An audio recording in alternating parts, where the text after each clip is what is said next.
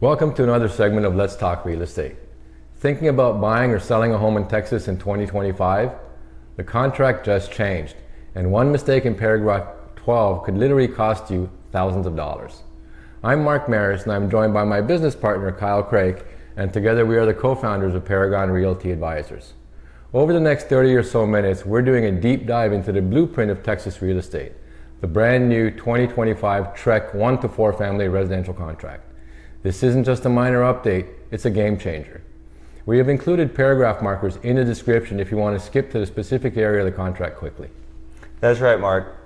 This new form, the TREC 20-18, became mandatory on January 3rd, 2025. Now, the contract has always evolved. Back in 2021, the big changes were all about modernizing for a smart home world. Things like software for smart devices and a streamlined process for delivering your earnest money and option fee.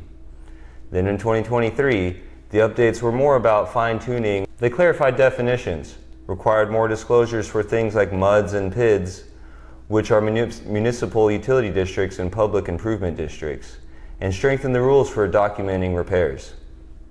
That's right, Kyle, but 2025 was different. These changes are the most consequential we've had in years, driven by nationwide litigation over how agents get paid. The core themes are transparency and crystal clear allocation of risk. So before we go line by line, here are the biggest takeaways you need to know up front. First, agent commissions are no longer a behind-the-scenes agreement. They are now negotiated directly in the contract. Second, the rules for your financing and appraisal contingencies have been tightened. And thirdly, sellers have a few new disclosure requirements and a simple way to handle the property survey. Stick with us and we'll make sure you're protected. All right, let's start at the very beginning. The first few points set the entire foundation for the deal. First, you have the purpose of the contract itself.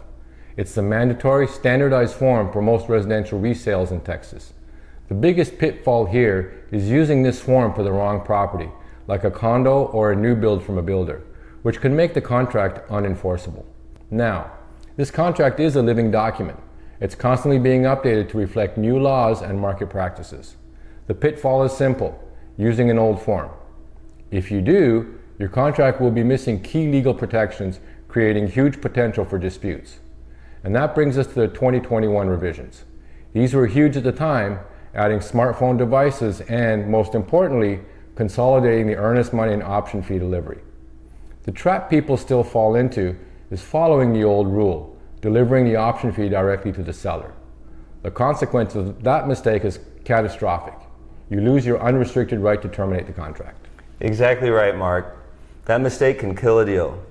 Following that, we had the 2023 revisions. The main purpose here was clarification, like defining the cash portion of the price and requiring sellers to provide warranty info for repairs.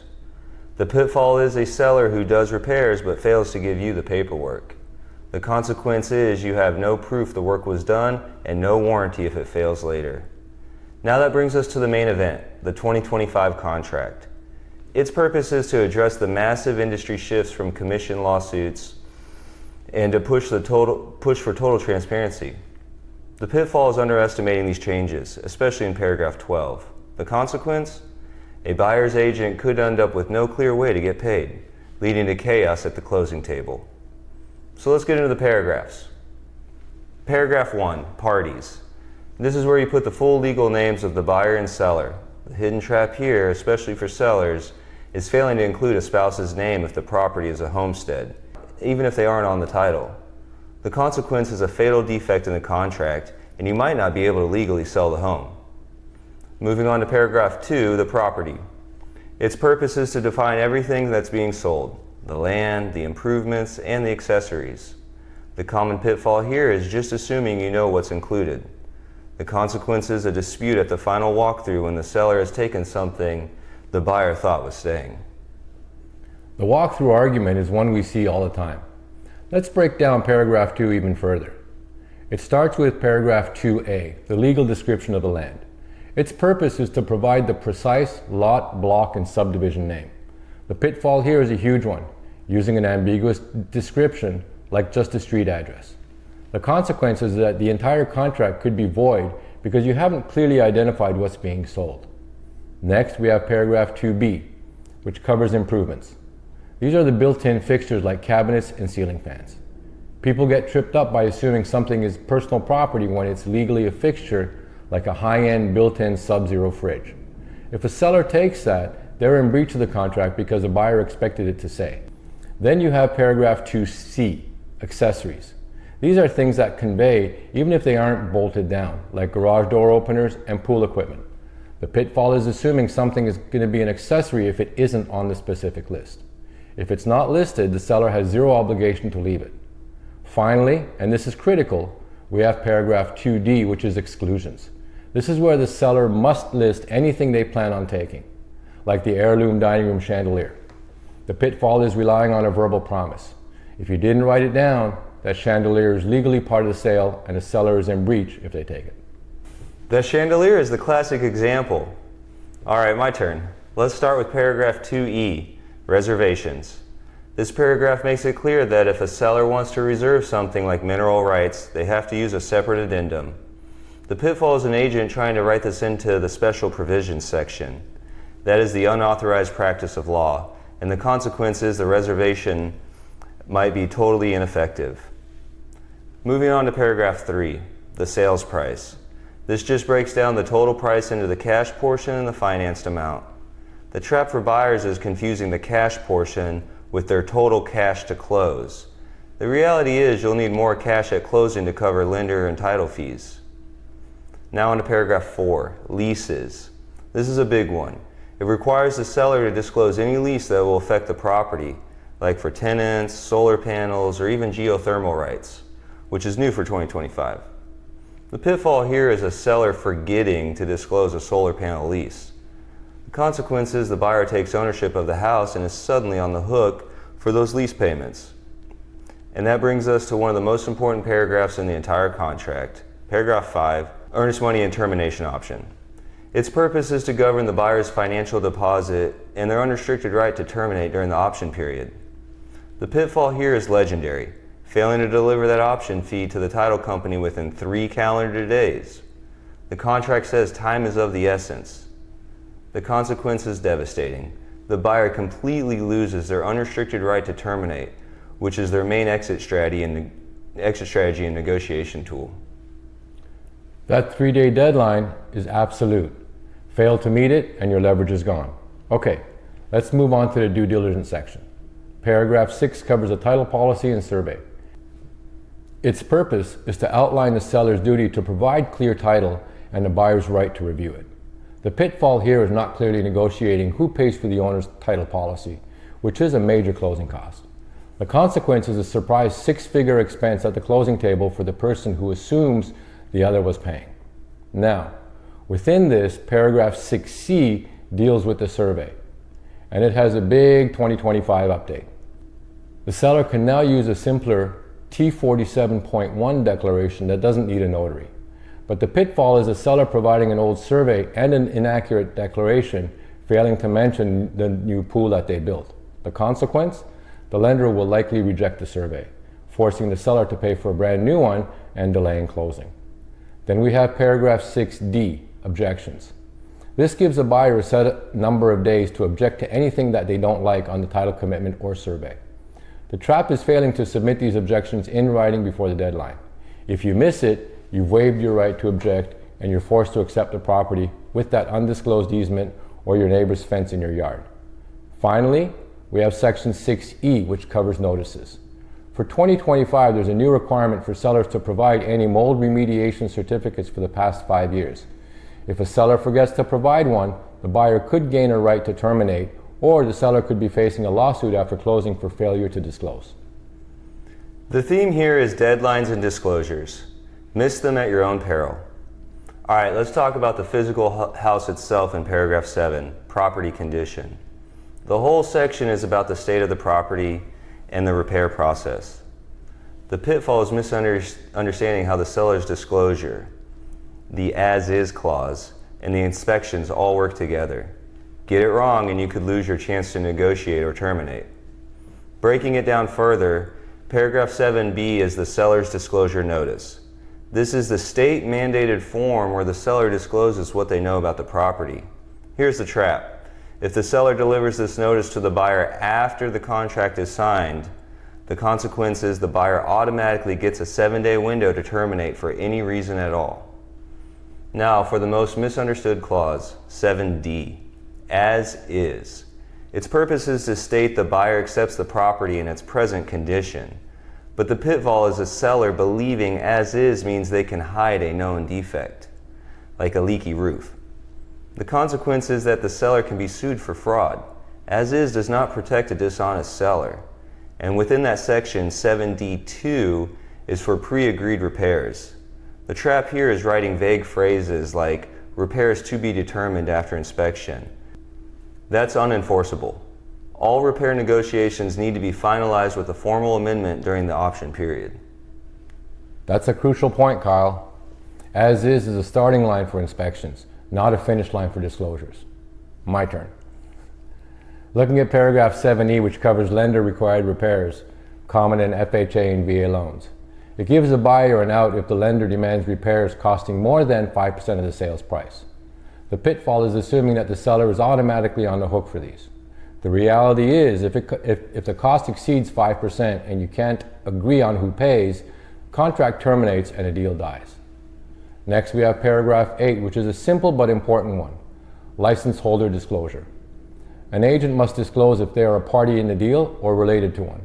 An agent failing to disclose they're buying the property for their own company is a major pitfall. The consequence is a serious ethics violation and could cost them their license. Paragraph 9 sets the closing date. It's written as on or before a specific date. The pitfall is obvious, failing to close by that date. The consequence is you are in default and can be sued for the damages or even be legally compelled to complete the sale. And that leads to paragraph 10, which is possession. This defines when the buyer gets the keys, which is usually right after closing and funding. The trap is a verbal agreement to let the seller stay a few extra days. The consequence of not using the official temporary residential lease form is a legal nightmare with no rules for rent, damages, or what happens if they refuse to leave. Verbal agreements in real estate are worth the paper they're written on. Okay, now for the 2 paragraphs that carry the most risk in the entire contract. Paragraph 11, special provisions.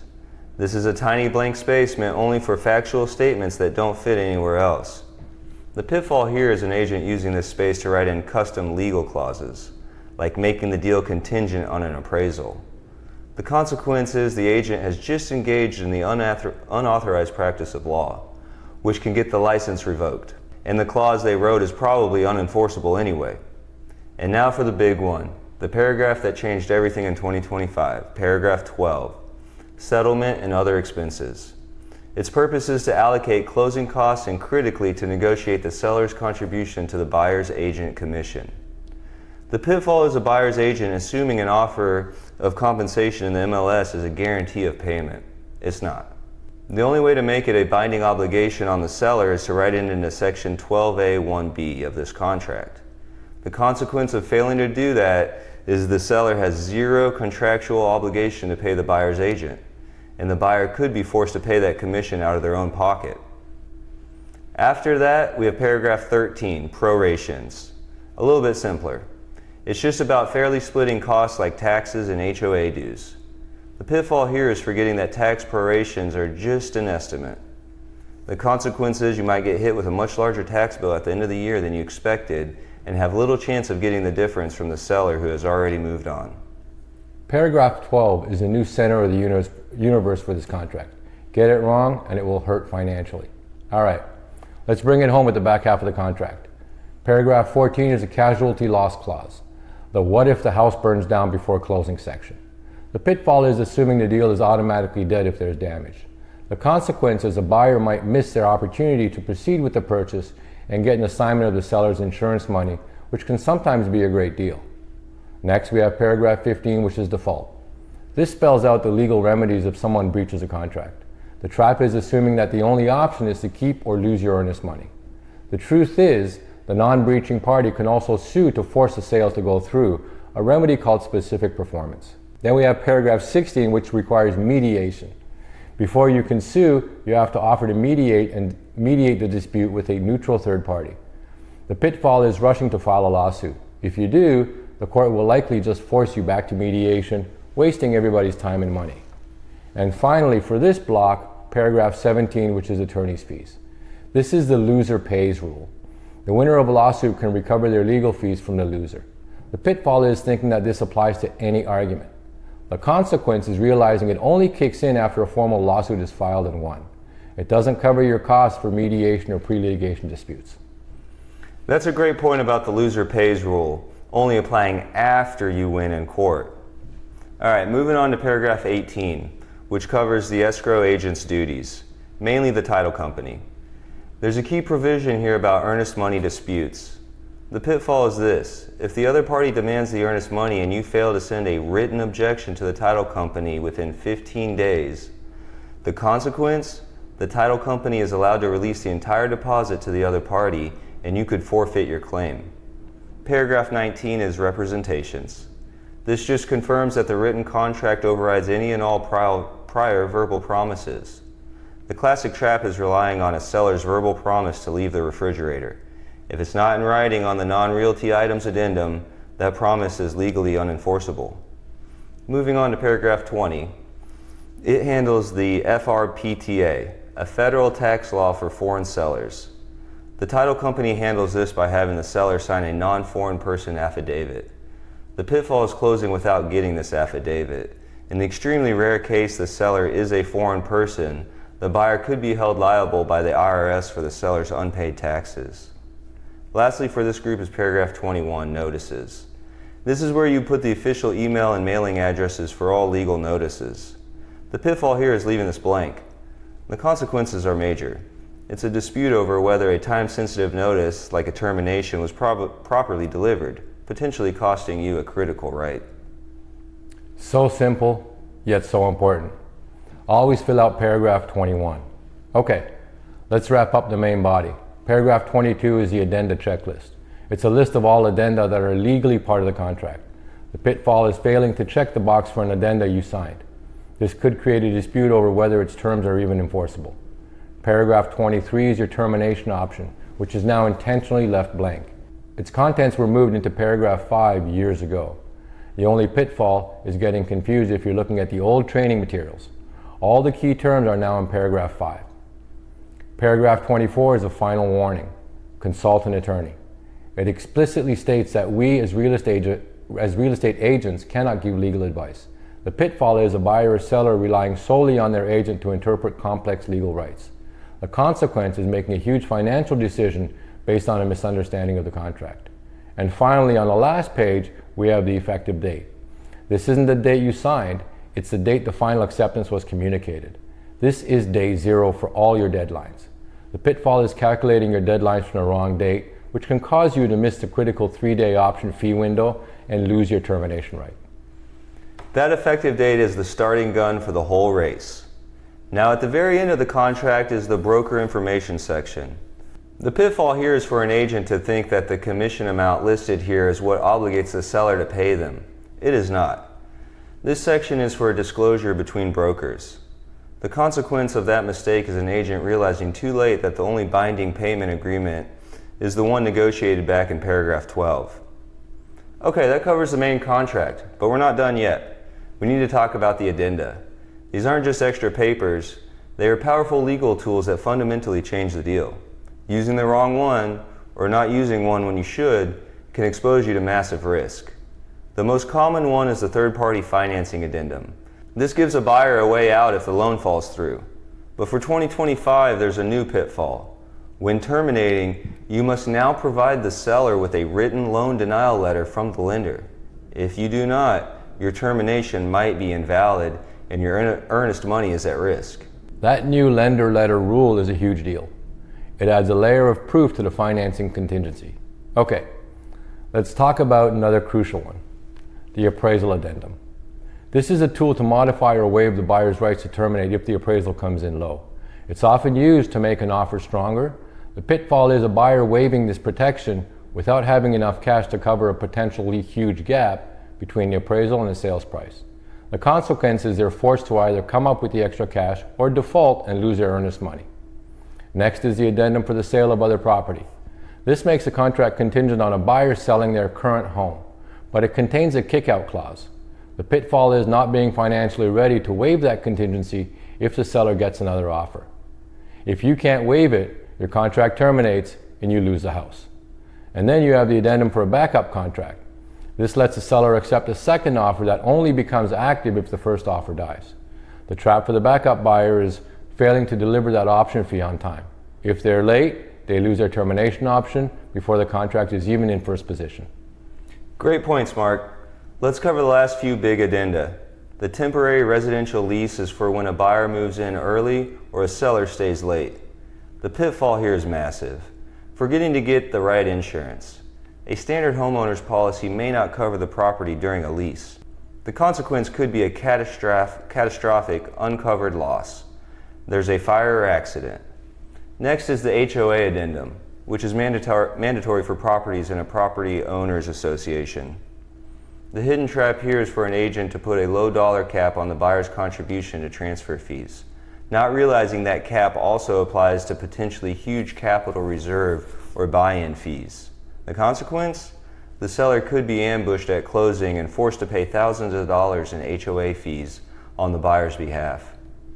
And new for 2025, we have the 1031 exchange addendum. This is for investors. It discloses that a party is doing a tax-deferred exchange and requires the other party to cooperate. The pitfall is the cooperating party refusing to sign a necessary document. Consequence is the exchanging party could miss an IRS deadline, blowing up their tax strategy and costing them a fortune. The HOA addendum trap is a sneaky one that has cost sellers a lot of money. All right, we've covered the contract and the addenda, but let's clear up a few of the frequently asked questions. First, the option period. Remember, this is your unrestricted right to terminate for any reason. The biggest pitfall is delivering the option fee late, even by an hour or to the wrong person. The consequence is simple and brutal. You have no option period. Your earnest money is at risk from day one. Next, the financing contingency.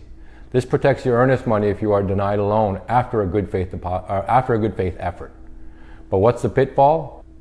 A buyer trying to game the system by deliberately sabotaging their own loan, like quitting their job and then trying to terminate. This is not a good faith effort. The consequence is a buyer is going to be in default of the contract and would almost certainly lose their earnest money. That good faith effort is key. The financing contingency isn't a second option period. Okay, the next FAQ. As is versus the seller's disclosure.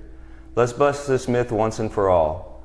The pitfall is a seller thinking that selling as is means they can hide a known problem, like a past flood or a foundation crack. This is fraud. The consequence is the seller can be sued after closing for damages that are often far greater than the original repair cost.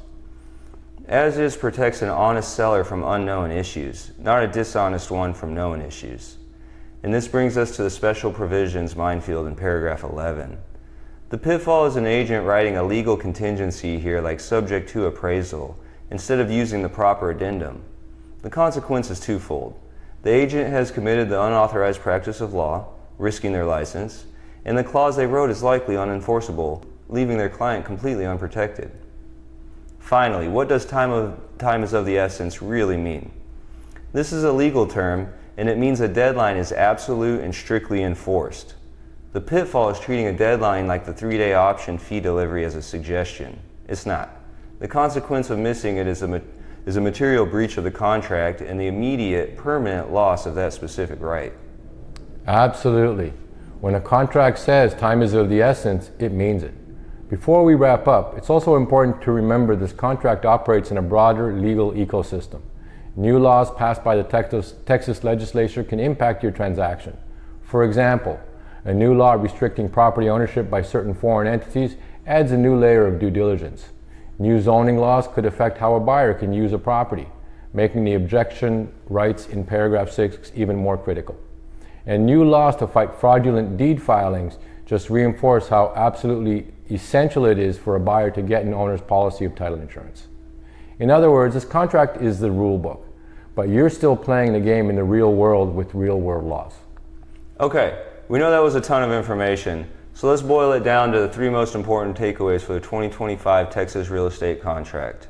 Number 1, understand the new compensation rules. All negotiation for the seller to contribute to the buyer's agent fee now happens in paragraph 12. If it's not in the contract, it's not a binding deal. Number 2, never, ever miss the 3-day deadline in paragraph 5 for your option fee. Time is of the essence, and being late means you lose your unrestricted right to terminate. And number 3, as is does not mean seller discloses nothing. Sellers have a legal duty to disclose all known material defects. As is not a license to hide problems. If you want this level of expert guidance in navigating this new contract, reach out to us at www.paragondfw.com. If you found this video helpful, make sure you give it a thumbs up, hit the subscribe button and notification bell for more Dallas-Fort Worth real estate insights. And finally, make sure you leave a comment below. We'd love to hear from you. Thanks for watching, and see you in the next video. All the best.